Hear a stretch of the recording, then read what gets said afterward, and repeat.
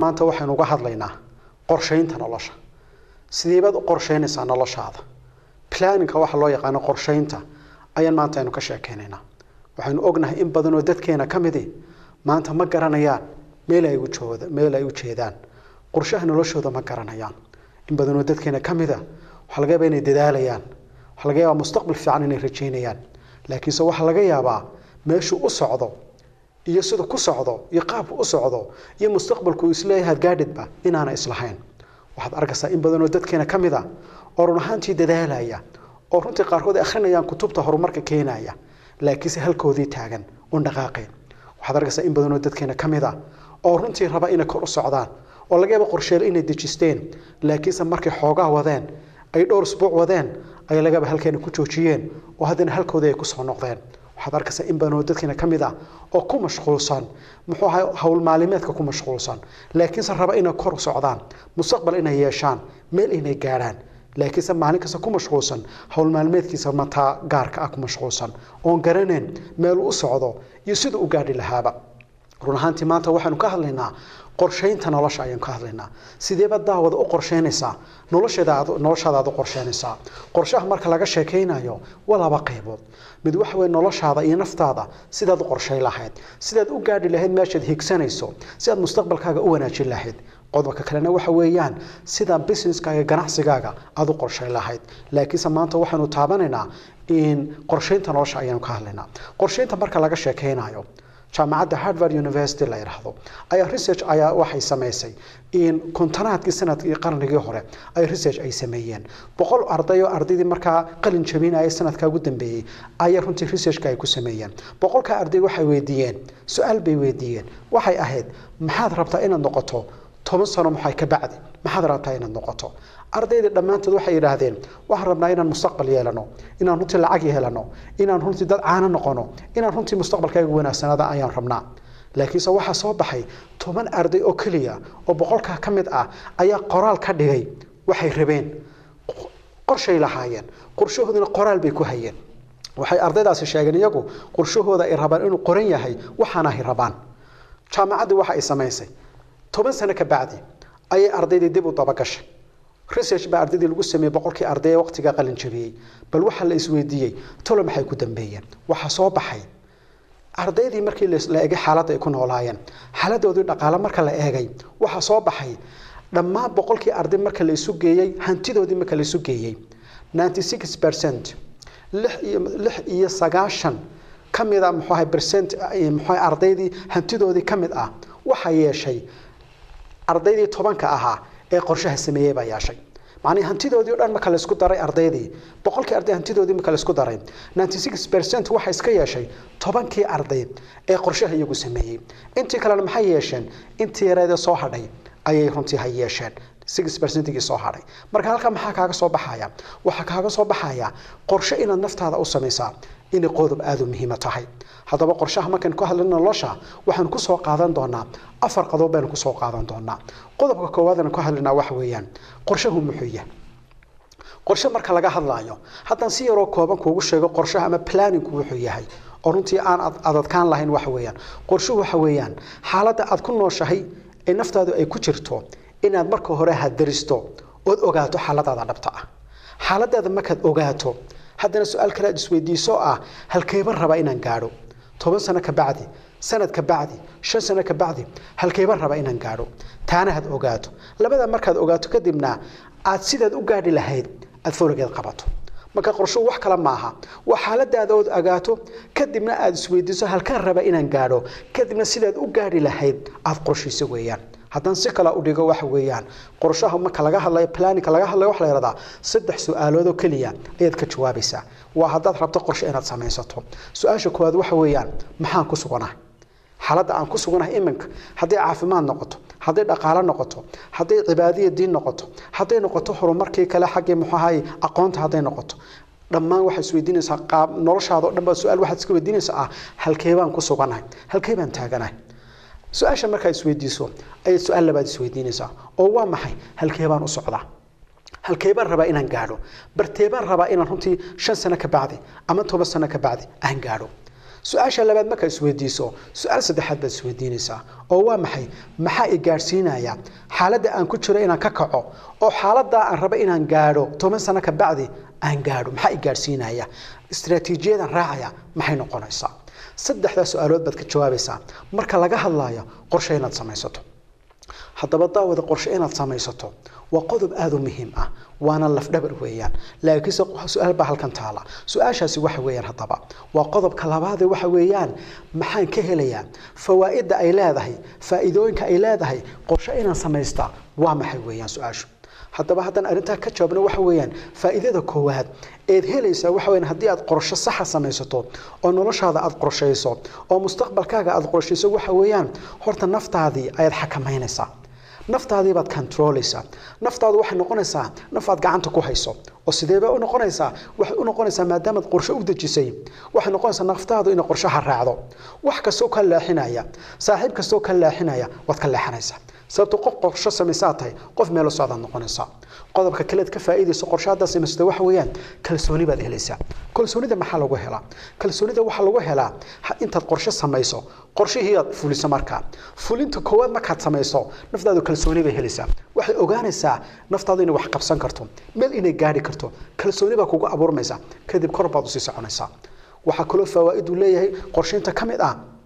waqtiga ku ilaalinaysa waqtigan ka dayacmaya maalin kasta laga meel una kaaga dayacmo markaad qorshe samaysato waxaad noqonaysaa qof noloshiisa garanaya halkuu u socdo iyo wuxuu rabo naftaadu marka waqtiga ay haysato waxay uga faa'iideynaysaa si qorshaha u gaadhiso daawada waxaad kalood ka faa'iideysaa haddii aad qorshe samaysato inaad ogaato waa bal xaaladan aad ku socoto iyo qorshahan aad dejisay miyaad gaadhin mise maad gaadhin inaad waxaad maalin kasta qabato iyo qorshahaaga inaad gaadhin maxaa cadeynaya wax cadeynaya qorshaha cadeynaya markaad qorshe dejiso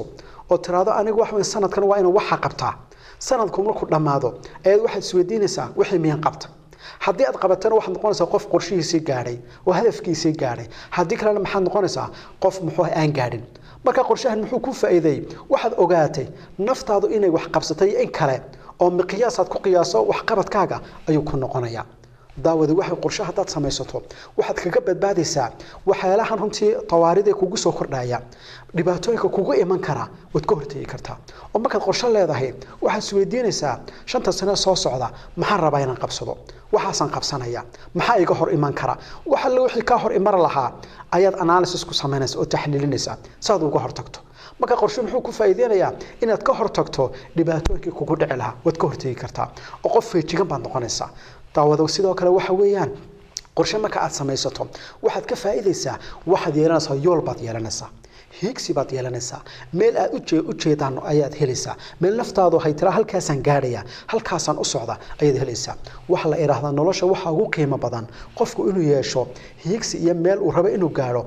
oo dabeetana arinta darteed uu u dagaalamo uu halgamo ayaa ugu fiican baa la yiraahdaa bal waxa la yiraahdaa qofku hadaanu qorshe lahayn hadaanu hadaf lahayn nolosha aanu ka lahayn qofkaasi foodu nolosha ku noolaada maalin kasta warar buu ku noolaada maalin kasta walaac ku noolaada sababtuna waa maxay meel uu u socdaa ma garanayo waxa qofku markaan qorshe lahayn isagu ma isku noqonaya meesha shalay ka bilaaway ayuu dib hadan ugu noqonaya meel ma gaadhayo marka qorshe inaad samaysataa maxay faa'iido leedahay waxay ku siinaysaa tilmaam halkaad u socoto iyo hiskaaga ku xadidaysaa daawada markaad qorshe samaysato waxaad ka faa'iideysaa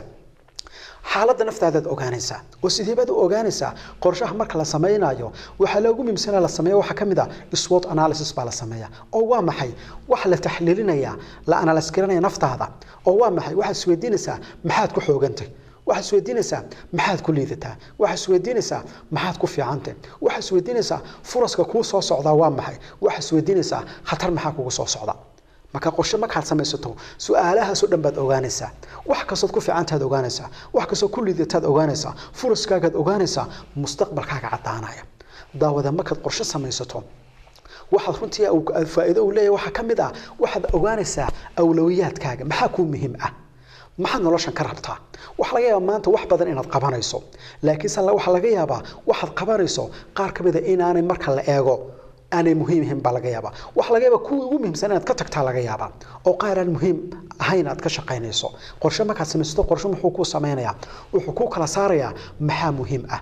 maxaa ugu muhiimsan maxay tahay inaad qabato marka qofku wuxuu awoodda saaraya focuska saaraya shayga ugu muhiimsan ay naftiisu rabto inay qabato daawada heedhe haddii aad qorshe samaysato waxaad ka faa'iideysaa waxaad ogaanaysaa qiyamkaaga iyo valueskaaga oo waxa la yiraahdaa qorshaha marka la sameeyo waxa kamid ah waxyaala aadka loo baaro qofku inuu is ogaado muxuu nolosha ku qiimeeyaa maxaa mabaadi'da aaminsan tahay waa waxyaala inta badan marka qorshaha la sameeyo aad loo diraaseeyo marka qorshe samaysato naftaadu waxay ogaanaysaa mabaadi'deeda rasmiga ay aaminsan tahay valueskaaga ay ogaanaysaa sababtoo kale hadii kale maxaa dhacaya inaad noloshan haad wax badan aad iska qabato laakiin hadhow kugu soo baxdo inay valueskaaga khilaafaan oo valueskaaga ay kor imaadaan tusaale haddaan arinta ka siiyo waxa laga qofku inuu jecel yahay lacag inuu helo sidoo lacag u raadinayba waxaad arkaysaa qofkii maalintii dambe iyadoo la leeyahay carruurtaada way xumaadeen carruurtaada ciyaal suuq bay noqdeen kadibna u warwaraya sababtu waa maxay sababtu waxa weeyaan qofkan uu may cadayn nolosha wuxuu ku qiimeynay qiimaha awlaadiisu ku leeyihiin inay way ku weynaayeen laase ismu ogeyno lacag buu ku mashquulsanaa laakiin samaata muxuu ogaanayaa lacagta ku mashquulsanaa inaan fiicnayn hay ahayd inuu caruurtiisa ku mashquulo marka arinta maxaa loola jeedaa waa inaad ogaataa valueskaaga iyo qiyamkaaga iyo waxa nolosha aad ku qiimeynayso daawada waxa kale oo ka faa'iideysa qorshaha marka aad samaysato inaanad ku noolaanin xaaladda muxuu haayay emergency-ga in badan oo dadkeena ku midi waxa ku nool xaalad emergency oo waa maxay subaxii buu soo kacaya waxa la oranayaa waxaas jira kaalay halka qabo hebel baa ku soo wacay maalinta leel wuxuu qabanayaa waxaanu hore u qorshayn bari buu hadana soo toosaya isla emergency-gaas ku jiraya waxaan kaalay qabo halka tag hebel baa marka maxaa la rabaa waa in noloshaada noqoto waxaad nidaamiso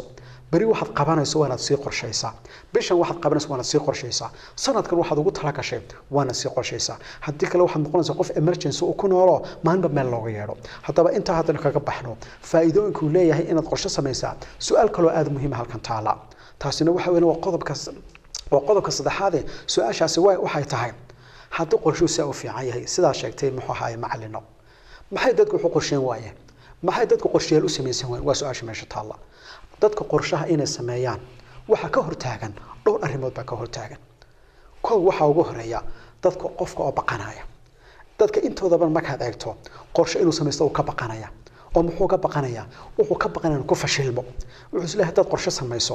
oo waqti geliso oo haddana qorshahaasi socon waayo oo ku fashilanto waa niyad jabaysa xaaladaadu soo way ka sii daraysa iska dhaaf markaas wareerinay bal waxa laga yaabaa qofkaasi inuu hore qorshe u sameeyay hay naftiisu la qabsan kari weeday oo fulin kari weeday marka uu isleeyahay war horeba waday ugu fashilmaya ma fashal kalaad rabtaa taasi waa qodobada inta badan dadka ka hortaagan laakiin qodobka waana jabisaa waa qodob aad u muhiim ah bal fashilka marka laga hadlaayo waxa la iraahdaa dadku waxay ku kala duwan yihiin qofna ma ku fashilmo halkaas uu istaagayo dib u gurtaa qofna kor buu uga kacaa waxa la yiri sifada ugu muhiimsan ee dadka guuleysta ay leeyihiin waa maxay fashilka ka faa'iideystaan markuu fashilmo isweydiiyo sababta uu fashilmay kadibna muxuu sameeyaa sababta dawadeedii buu kana kadib uu ka gudbaa dib uma soo eego marka waxa laga rabaa halka inaan istaagin arinta labaad ee keenta dadku inaan sababsan qorshe waxa weeyaan qofka oo runtii aan aaminsanaynba inay muhiim tahay in qorshe la sameystaa dadka intooda badan baa waxay kooranayaan maxaan qorshe u sameysanayaa hebelba waa taajiro qorshe waa muu sameysane arinta markaan ka hadlayno waxa la yiraahdaa arintaasi ma sax waa sida wax la mid tahay qof iri sigaarka anigu ma joojinayo sababtu waa maxay aabahiba 50 sano sigaar cabay walina kuma xanuunsan waa isku doodun labada qof weeyaan labada qof jawaabtooda waxa ay tahay lama qaato marka waxa laga sheekeynayo dadka maxay exceptions ka lama qaato dadka lama qaato sababtu waxa laga yaabaa qofka bila qorshe ku socda dhibaatooyin badan inay soo gaadheen laakiin qofka hadduu qorshe sameeyo dhibaato ku soo yaraanaya qorshuhu at least marka wax kasta laga tago wuxuu ku yareynaya qarashka uu ku yareynaya wuxuu ku yareynaya waqtigii ka galay uu ku yareynaya oo marka qorshe sameeyo wuxuu ku yareynaya juhdigii ka galay uu ku yareynaya wuxuu ku yareynaya dhammaan wixii meesha kaaga bixi lahaa ee waqti iyo juhdi iyo shaqaalaha si yar kooban baad ku gaadhaysaa marka qorshe leedahay marka aanad lahayn halku waqti dheer ka qaadan lahaa oo juhdi badan ka gali lahaa qodobka saddexaad ee keena inta badan dadku inay fashilaan inaanay dejisan qorshaha waxa kamid ah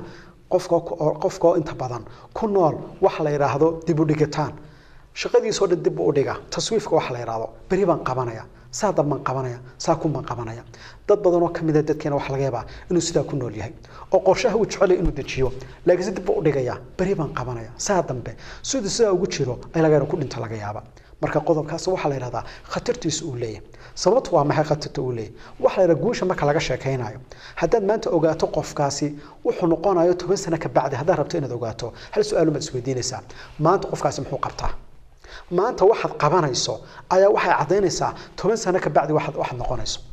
maanta haddaad fadhi tahay oo fadhido oo shilan qabaneen bari 10 sano ka bacdi waxa ay muuqanaysaa inaad fadhido ahaanayso waxba aanad noqonin laakiin maanta haddaad halgamayso aqoontaada kor u qaadayso diintaada iyo akhlaaqdaada had wanaajinayso reerkaaga iyo ummadaada had dhisayso bulshada had waxtar u leedahay waxa ay muuqato 10 sano ka bacdina sidaas inaad noqonayso marka waa muhiim inaad iska joojiso dib u dhigtaanka wax leeyahay qodobka kale ee inta badan dadka ka hortaga qorshaha inay sameystaan waxa kamid ah waa sabir la'aanta qofkii qorshu sameynaya wuxuu rabaa degdeg wixii markiiba inuu ku gaaro taasna suurtagal maaha waxa weeyaan wax loo baahay sabir baa loo baahay sugnaasha loo baahay inaad ku sabirto waxaan qorshaad ugu tala gasho ayaa runtii loo baahay oo runtii isku daydo inaad u adkaysato oo la qabsato oo la wado qodobkaasina runtii aad buu muhiim yahay runtii intaas hadaan halka kaga baxno qodobka muxuu halkan u galina waa qodobkii afraad qodobka afraad muxuu tilmaamayaa qodobka afraad wuxuu tilmaamayaa qorshaha wanaagsan shuruudu leeyahay waa maxay qorshahaas inuu wanaagsan yahay marka qorshe raba inaad samaysto shuruuday tahay in laga helo waa maxay koow shardiga koowaad waa maxay qorshahaad samaynaysaa waa inuu ku saleysan yahay shay waaqici oo dhab ah waa ku saleysan yahay waa inaanu khiyaali ahayn qorshe markaad samaynayso shay khiyaali qorshaha ka dhigan waxaanad gaadhi karin mustaxiila qorshaha ka dhigan qorshuhu waa inuu wax macquul oo aad gaadhi karto waa inuu yahay markaad naftaada eegto imkaaniyaadkaaga eegto dhaqaalahaaga aad eegto dhinac kasta iska eegto waa inaad tirado qorshaha waan gaadhi karaa laakiin shay mustaxiil ah oo aad gaadhi karin qorshaha ka dhigan sababtoo aad ka dhigato intaad samaysato aad ku fashilmayso haddaba su'aashu waxay tahay wax weeyaan waa sideeba muxuu haayo shaygu u noqon karaa shay aan mustaxiil ahayn waxa la yiraahdaa qorshaha marka sameynayso qorsho horta waa inuu yahay shay la gaari karo koow at the same time waa inuu yahay wax adag in la gaaro sababtoo lama rabo qorshe yar oo fudud oo jilicsan markiiba aad gaari karto inaad samaysato lama rabo wax la rabo qorshe naftaada ay kiciya oo kor u kiciya oo hiigsato la raba marka waxa la yiraahdaa qorshuhu waa in la gaari karaa waa sharti oon mustaxiil ahayn waxa kale oo shartiya inuu adag yahay in la gaarana waa shart oo shay la gaari karo weyna waa inuu noqdaa hadaba qodobka labaad ee isaguna shuruuda kamid ah waxa kamid ah waa inuu qorshaha ku noqdaa mid dhameystiran dhammaan qaybaha noloshaada ka kooban tahay oo dhan waa inuu qorshe u dejisaa lama rabo oo kaliya qayb noloshaada kamid ah maaliyadda oo kaliya inaad qorsheyso waxa la rabaa noloshaadu qaybo badan bay ka kooban tahay caafimaad bay leedahay dhaqaale ay leedahay qaybta ruuxaaniyada ee diinta ay leedahay kor u kacsaad u baahan waxa la qaybtii family-ga iyo reerka ay u baahan ay kor inaad u kacsaad u baahan waxa leedahay qaybtii shakhsiyadaada iyo aqoontaada inaad kor u kacso waxa leedahay qaybtii shaqadaada iyo horumarkaaga xagga mihnada inaad kor u kacso waxa leedahay qaybtii adeeg bulshada iyo bulshada inaad wax u qabato inaad kor u kacso qaybahaas oo qorshaagu waa inuu koobsadaa si qorshaagu u noqdo mid dhameystiran qof baad arkaysaa milyaneer noqday laakiin reerkiisa ku liita oo ciyaalkiisa ka xumaadeen oo runtii nolol fiican aan ku nooleen waxaad arkaysaa qof runtii meel fiican gaaray laakiin caafimaadkiisu aad u liito waxaad arkaysaa qof runtii lacag yeeshay meel fiican gaaray laakiin diin aan lahayn taasoo kale maxay noqonaysaa ma helisid saacada ma helisid waa in isu dhameystiran yihiin qaybaha ay qorshuhu ka kooban yahay waa inuu ku dhameystiraya shardiga saddexaad waxa weeyaan shaygan aad samaynaysaa waa inuu flexible yahay waa inuu yahay wax runtii muxuu haayay aad bedeli karto oo inta qoraal qorto qorshe ah qoraalkaas oo noqdo mid adag oo jaamid oo la bedeli kareen waa taas looma baahna waa inuu shay aad bedeli karto sababtoo noloshu way isbedelaysaa garanaysa bilka bacdi wax dhacaya marka qorshaha waa inuu isla bedeli karo kolba duruufahaaga oo haddii kale waxay kugu noqonaysaa cuqdad inaad qorshe dejisay أنا بدل كرينا أذي نفتك دب يكون كنيسة قرشه هو أنو نقدر مد كلها تلاب صدا بس ببدل ككل بعد يكون عيانا وأنو لا صعون كرا شرط أفراد وحويان قرشه على سمين صا وأنا قرشه أنتي فضود وأنيه لفهم كرنا لقد وكقري وين فضود هاي وأنا أدوق فهم كرتو أذكر سوينا فهم كرتو وحلا دي هاي إن القرشه هو نقدر واحد ديتيلس آذ وفرب بدن أو آذ تفاصيل بدن أو من آذ السيسارة الله ما بحنا sababtoo qodobada ugu muhiimsan ee noloshaada la rabo inaad qorsheyso laakiin hadaad wax kasta aad u sii dejiso waad ku daalaysaa marka qorshahaagu waa inuu yahay qorshe aad fahmi karto oo qoraalkiisuna fudud yahay waa inuu noqdaa qodobka runtii shanaad ee inta uu qodobka ugu dambeeya wax weeyaan qorshahaaga waa inaad ka dhigtaa mid laazim ah oo isku waajibisaa qorshaha hadaad intaad qortood qurxiso si fiican hadu qurxiso laakiin se aanad adigu naftaada ku waajibin inay samayso dee meel gaari maysid wuxuu noqonayaa waxaad warqad ku qortay marka waa inaad fulisaa qodobkaasina aad buu muhiim haddaba dawada halka waxay nooga soo baxayaan nolosha qorshayna u baahantay qorshuhuna aad u muhiim yahay ruuxaantii waxaan rabaa inaan ku soo khatimo maxaa casharkeena maanta qiso yar oo muxuu ahayaa dhacday waa dhacdo xaqiiqo ah waa qiso xaqiiqo ah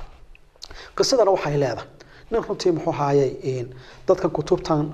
ka qoray dadka ah kutubtan muxuu ahaayay human development-ga wax badan ka qoray oo ku takhasusay muxuu ahaayay arrimaha carruurta ayaa wuxuu yiri waxaan fuulay diyaarad baan fuulay anigoo markaa ka baxay wadan ka mid ah wadanadan carabta diyaaradiiba waxaan kula kulmay buu yiri oo dhinacayga fadhiyay nin Ingiriis ah ninka Ingiriis baan markaan su'aal weydiiyo waan iswareysanayo waxaan ku yiri waxaan ka shaqeeyaa arrimaha carruurta ninka Ingiriiska wuxuu yiri haddaba qisaraan kaaga sheekeeyo ku dhacday aniga iyo carruurtayda laba inaan baan dhalay buu yiri labada inaan dhalay buu wuxuu yiri iyagoo sanadkii mara dugsiga ku jira dugsiga hoose dhexe ku jira ayaa waxaan dareemay waxbarashada inaan danaynin inaan ku fiicnayn inaan xiise gelinin arinta ma kan dareemay la sheekaystay yiri markii aan la sheekaystay ayaa waxaan ogaaday buu yiri horta inay baabuurta jecel yihiin inay baabuurta aad uga helaan ayaan ogaaday marka waxaan sameeyay buu yiri arin aad u la yaab badan waxaan ku yiri waxaad ka warantaan baa ku yiri labada inan baabuurka jeceshiin waa noocee baan ku yiri waxay yiraahdeen noocaas aan jecel baabuurka noocaas waxaan ku yiri ka warama haddaynu tagno meesha baabuurta lagu iibiyo oo soo aragtaan si aad mustaqbalka u iibsataan waxaan waa arin aad u fiican labada inan baan saraxnay buu yiri waxa ka sheekeynaya waa kuma waa ninka Ingiriiska ahaa labada inan baan saraxnay buu yiri waxaan tagnay meesha baabuurta lagu iibinay ninkii baabuurta iibinay baa la hadlay waxaan ku waxaan rabnaa in laba baabuur iibsano ninku nin fiican buu ahaa buu yiri wuu fahmay in aan sheekadooda ay iib dhaba ahayn aan kaliya rabo carruurteedu inay runtii mustaqbalkooda hagaajiyaan ninkii baa diyaar baan idinka iibiyo carruurtii baan ku soo eegta baabuurta rabtaan labadii baabuur ay rabeen noocay ahaayeen ay soo eegeen mid kasta baabuurkiisa buu tijaabiyay oo fuulay iyagoo aad u faraxsan aad u jeclaysanaya baabuurtana haystaan aad arintu ay u xiiso gelinayso arintii markii dhinac kasta baabuurtooda ka jeegareeyeen shookaantii riixeen ay markii dambe aan ku yiri ninkii waad mahadsan tahay laakiin sabab waxaad noo sheegtaa qiimahoodu waa mise qiimahoodu waa intaas yiri markaas waxaan ku yiri ma ku bixin karnaa muxuu installment haabu yiri saas oo kala bixin kartaan carruurtii ma soo raacnay gurigii baan ku soo noqon gurigii markaan ku soo noqonay carruurtii waxay aad uga doodayaan baabuurtay soo arkeen aad way jeclaysanayaan carruurtii baan ku yiri baabuurta ma rabtaan iibsataan haddaad rabtaan iibsataan haddaba baabuurtaasi waxaad idinka baahan tahay inaad waxbarashada ku dadaashaan baad idinka baahan tahay oo dee qiimahooda waad garanaysaan buu waa intaas dee si aad u iibsataan baabuurta waa inaad u shaqaysataan waxaan haddaba maxaan u baahannahay waxaan ku waxaan u baahanaynaa Maria si aynu ogaano baabuurtan qiimahoodii maadaama aynu soo ogaanay bal sidaynu ku heli karno si aynu ogaano in Maria maktabada kale library baan tagnay buu library markaan tagnay kaliya waxaan markii ugu horeysay isweydiinay qiimaha baabuurta qiimahoodu inta yahay shaqada hadii ay carruurtaasi helaan ay ku heli karaan lacag inta lagu waa shaqadeen carruurteedaba waxay baarayaan shaqada hadii ay mustaqbalka ma ku yiraahdaan ay galaan hadii shaqada ay helaan shaqadu ay noqoto mid u goynaysa baabuurta ay rabaan marka library-ga bay ka baareen shaqooyinka ugu fiican Ingiriiska ee gaarsiin kara inay baabuurta iibsadaan shaqooyinka bay helaan oo waxa buugaagii ku yaala library-ga ka helaan shaqooyinka noocay ahaayeen waxaan shaqooyinka noqdeen shaqooyin aad u muhiim oo shaqooyinka gaarka ah ee dadka khatarta ay heli karaan shaqadii markay heleen ba haddaan su'aal kale weydiiyay waxaan ku yiri shaqooyinkan daya gaari kara maxaa lagu gaari karaa baan ku yiri markaas waanu baadno wax lagu gaari karaa inaad haysato shahaadooyin gaar ah oo muxuu ahay aad u sareeya shahaadooyinkiiba hadda wax carruurteeda waxay sii beereen buu yiri shahaadooyinka noocaas ayaa bixiya jaamacada nooceeya jaamacadii bay eegeen jaamacadii markay arkeen kuwa ay ahaayeen ba haddana waxay sii baareen jaamacadahaasi maxay shuruud u baahan yihiin shuruudii markay eegeen ba waxa u soo baxay inay darajaad aad u sareeya carruurta ay u baahan yihiin jaamacadkaas in lagu galo darajaadkii markay arkeen jaamacadiis lagu galay ayaa waxay eegeen shuruudii kalena hay eegeen ayaan guriga ku soo noqon carruurteeda markaa maxay soo ogaadeen maxay ka soo ogaadeen library-ga waxay ka soo ogaadeen baabuurta ay rabaan inay iibsadaan haddii rabaan inay iibsadaan waa inay aqoonta noocaas yeeshaan shahaadooyinka noocaas waa inay sitaan waa inay jaamacadaha noocaas ay galaan shuruudaha noocaas waa inay buuxiyaan intaaba warkaas oo dhan ba iyagoo haysta ayaan guriga ku soo noqon markay soo noqdeen baan ku yidhi haddaba dhegeysta soo ma aragtaan shuruudaad ku gaari kartaan baabuurtaasi waa intaasi weeyaan oo waxa ugu horeeya imikayna dadaashaan aqoontiina kor u qaadaan si aad darajaad fiican aad u heshaan darajaadka marka aad heshaanna aad jaamacadaha aad rabtaan in aad u gashaan jaamacadaha marka aad u gashaanna aad shahaadooyinka ugu qaadataanna shaqooyinka aad rabtaan ee isleedihiin waxa idin gaarsiinayaan baabuurta inaad iibsataan aad u gaadhaan dadaal baa carruurta bilaabaan biir muddo dadaalayaan wixii carruurtadii maanta way dhameeyeen iskuulkii biir jaamacadihina way dhameeyeen jaamacadii laftigooda qiimaha badnaa ee qorsheeyeen bay dhameeyeen biir maanta mid kamid wuxuu haystaa branch kamida branchada hodheelada ugu caansan Ingiriiska ayuu mid kamid maamul ka yahay mid kalena wuxuu shirkad aad u weyn oo ku taala maxay bariga dhexe ayuu maamul ka yahay ninkii markaa la fadhiyay wuxuu ku yiri ma iibsadeen baabuurtii ay bariga maxay dalbadeen wuxuu yiri baabuurtii horta qaar kale sii jecladaan biir oo markay gaareen lacagta ay heleen baabuurtii qaar hore ka sii fiican ayuu mid kamid sii dalbaday mid kalena wuxuu leeyahay dhawaan buu rabaa inuu baabuurkii nooc dalbaday laftigiisii inuu iibsado halka maxay nooga soo baxaya waxay nooga soo baxay carruurtaadu ma kariir yihiin waa inaad hadaf u sameeysaa iyo meel ay gaarayaan waa inaad hadafkuna noqdo wax cad oo sida lagu gaaray imka kan aan sheegnay sidii lagu gaaray xataa wala isla ogaad oo abuhu la soo ogaaday carruurtooda hadday rabaan inay baabuurka iibsadaan sida ay ku gaari karaan marka daawada waxaan ku soo khatimaynaa hadaf waa inaad yeelataa qorshe waa inaad yeelataa haddii aad rabto nolosha inaad ku guuleysato